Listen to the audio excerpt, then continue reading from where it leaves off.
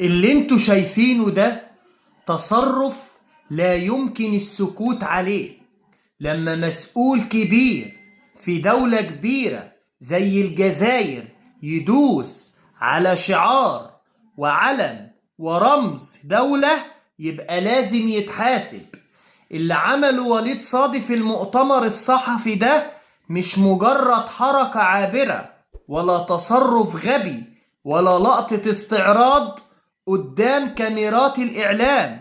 اللي حصل ده جريمة أخلاقية وسياسية كاملة الأركان، تقطيع خريطة الدولة، مش ورقة ولا كرتون ولا لعبة.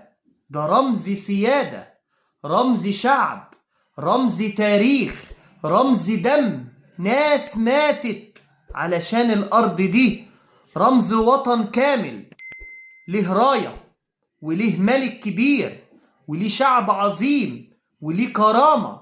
لما واحد يطلع في مؤتمر رسمي ويمسك خريطة المغرب ويقطعها قدام العالم كله، يبقى هو بيعلن عداء مباشر مش بس للمغرب لكن لأي مفهوم اسمه احترام الدول وحدودها ورموزها.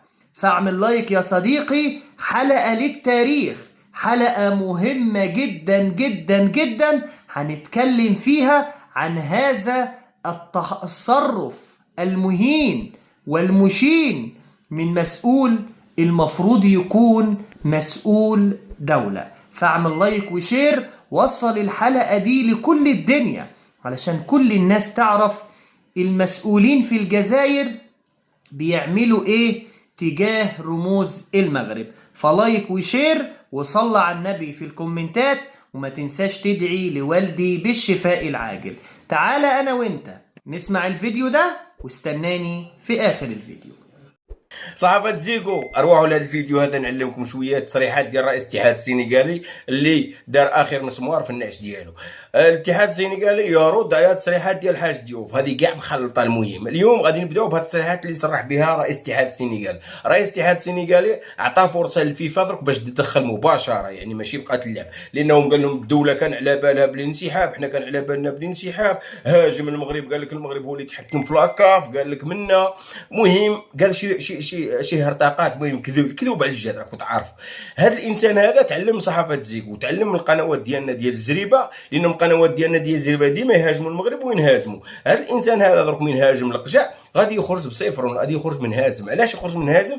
لانه هذا يسبق الاحداث توجور. لقاش هو شاف العقوبات اللي غادي يخرجوا، والعقوبات كبيره، راه توصل 20 مليار. قال لك 20 مليار غرامه يخلص 20 مليار، 20 مليار وزيد.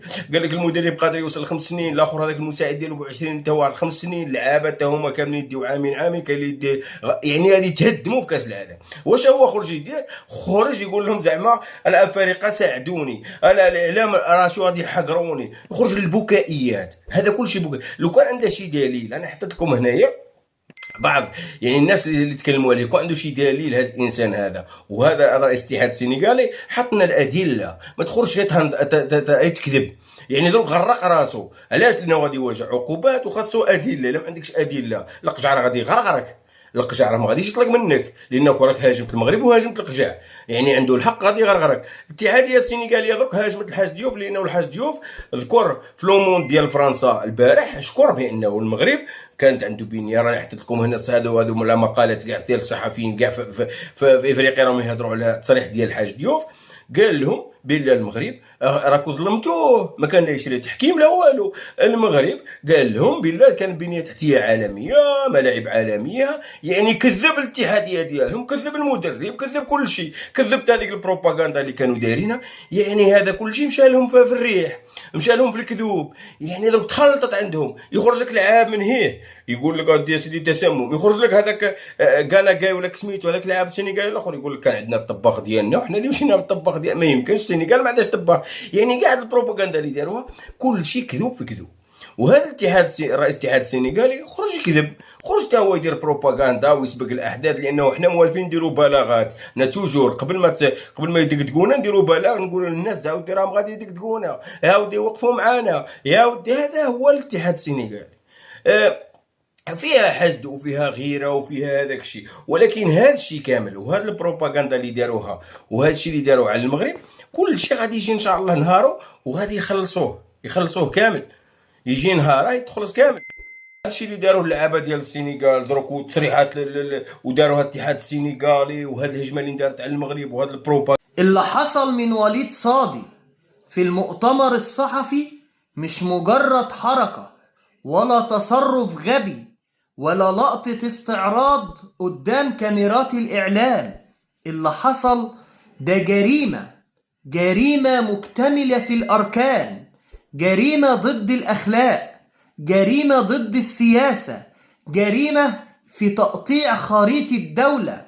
دي مش ورقة ولا كرتونة ولا لعبة الأطفال بيلعبوا بيها، ده رمز سيادة، رمز شعب، رمز تاريخ، رمز دم ناس ماتت علشان الأرض دي تفضل موجودة، ده رمز وطن كامل ليه راية وليه ملك وليه شعب وليه كرامة. لما واحد يطلع في مؤتمر صحفي ورسمي ويمسك خريطة المغرب بالمنظر اللي انتوا شايفينه ده ويقطعها قدام العالم كله، يبقى هو بيعلن عداء مباشر مش بس للمغرب لكن لأي مفهوم اسمه احترام الدول وحدودها ورموزها. وليد صادي عمل فعل ممكن يولع المنطقة كلها بكلمة واحدة وبحركة واحدة، لأنه مس رمز من أخطر الرموز اللي ممكن يتم الاعتداء عليها. الخريطة المغربية، الخريطة دي معناها الأرض، الخريطة دي معناها السيادة، الخريطة دي معناها الكيان، الخريطة دي معناها الوجود. لما تقطع خريطة بلد انت بتقول انا لا اعترف بيك ولا بحدودك ولا بتاريخك ولا بشعبك. وده اخطر تصريح ممكن يطلع من مسؤول رسمي في اي دولة في العالم، وخصوصا في منطقة مشتعلة اصلا زي منطقة شمال افريقيا اللي فيها توترات تاريخية وحدود ملتهبة وشعوب قلوبها مليانة وجراح مفتوحة. اللي عمله وليد صادي مش بس ضد المغرب، ده ضد كل قواعد الدبلوماسية وضد كل مواثيق الأمم المتحدة وضد كل قوانين العلاقات الدولية، لأن أي تعدي على رمز دولة هو تعدي على سيادة وكرامتها واحترامها بين الأمم.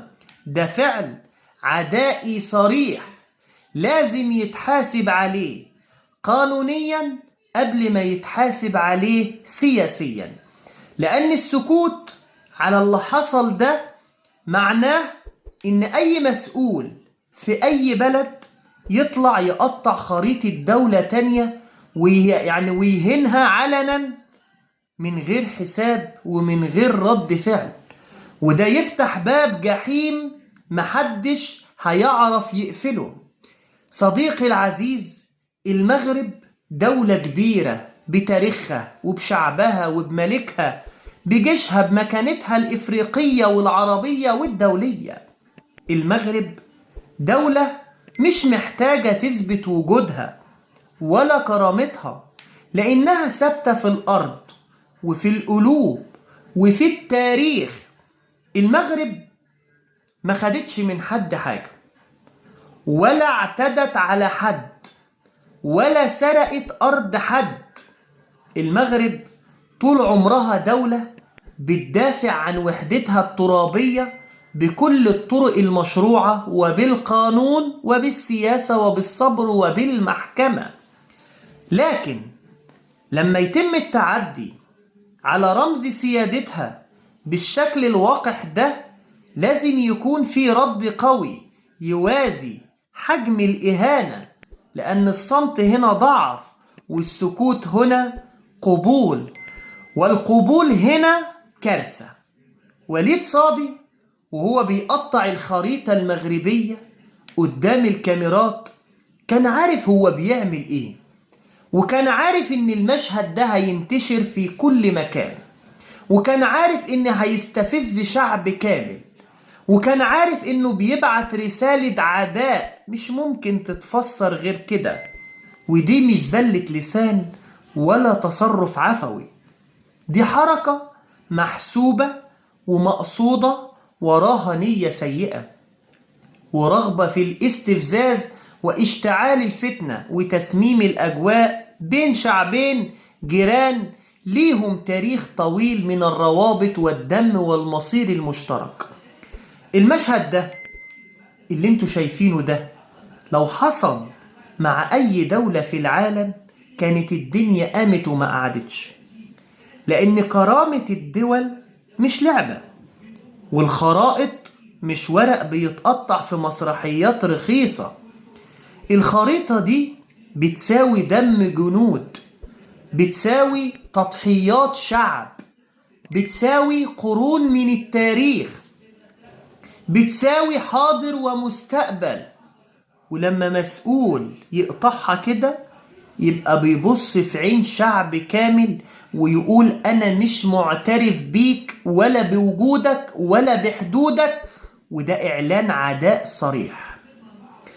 المغرب مش دولة ضعيفة ولا دولة ساذجة ولا هتسكت على الإهانة دي. المغرب عندها مؤسسات، عندها دبلوماسية، عندها قانون، عندها حلفاء، عندها صوت في العالم. والمشهد ده لازم يتحول لملف قانوني دولي ويتقدم فيه شكوى رسمية، لأن اللي حصل جريمة سياسية مكتملة الأركان لا يمكن السكوت عليها ولا تمر مرور الكرام. والأخطر من كل ده إن صل على محمد ممكن يشعل مشاعر غضب وكراهية بين الشعوب ويغذي خطاب العداء والتحريض ويزرع سم في العقول والقلوب. وده اللي بعض الناس عايزة توصل له. بعض الناس عايزة إن المنطقة تفضل مولعة، وإن الشعوب تفضل متخانقة، وإن الحدود تفضل نار، وإن الدم يفضل قريب، لأن الفتنة لما تبدأ محدش هيعرف نهايتها. اللي عمله وليد صادي لازم يكون له حساب، مش بس علشان المغرب لكن علشان كل دولة عربية وكل دولة إفريقية وكل دولة في العالم. لأن لو النهاردة سكتنا على تقطيع خريطة المغرب، بكرة ممكن نشوف تقطيع خريطة أي دولة تانية ومحدش هيبقى في أمان. المغرب دولة ليها سيادة وليها رموز وليها كرامة، والكرامة لما تتمس لازم الرد يكون قدها، لأن الكرامة مش بتتعوض ولا بتتنسي، والتاريخ بيسجل والمواقف بتتحفظ والإهانات ما بتموتش. اللي حصل مش رياضة ومش سياسة عابرة، ده تعدي مباشر على رمز وطني لازم يترد عليه بالقانون وبالدبلوماسية وبالموقف الصلب. لأن احترام الدول مش اختيار، ده واجب، واحترام الرموز مش رفاهية، ده أساس العلاقات بين الأمم. المغرب مش محتاجة حد يعرفها هي مين ولا يعرف قيمتها ايه، لأن قيمتها في شعبها وفي تاريخها وفي صمودها وفي وحدتها. اللي يحاول يهينها أو يقلل منها هيلاقي قدامه شعب كامل واقف صف واحد ورا رايته وحدوده وكرامته. الرسالة واضحة للجميع، الإهانة دي مش هتعدي والتاريخ مش هينسى، واللي بدأ الاستفزاز هو اللي يتحمل مسؤولية كاملة، لأن اللعب برموز الدول لعب بالنار، والنار لما تولع بتحرق الجميع. أتمنى من كل إخواتي المغاربة يشيروا الحلقة دي علشان كل الناس تعرف الدناوة اللي وصلت له المسؤولين الجزائريين. فاعمل لايك وشير، ولو مش مشترك في القناة اشترك وفعل الجرس علشان يوصلك كل جديد. شكرا ليكم لطيب المتابعة وحسن الاستماع. سلام عليكم.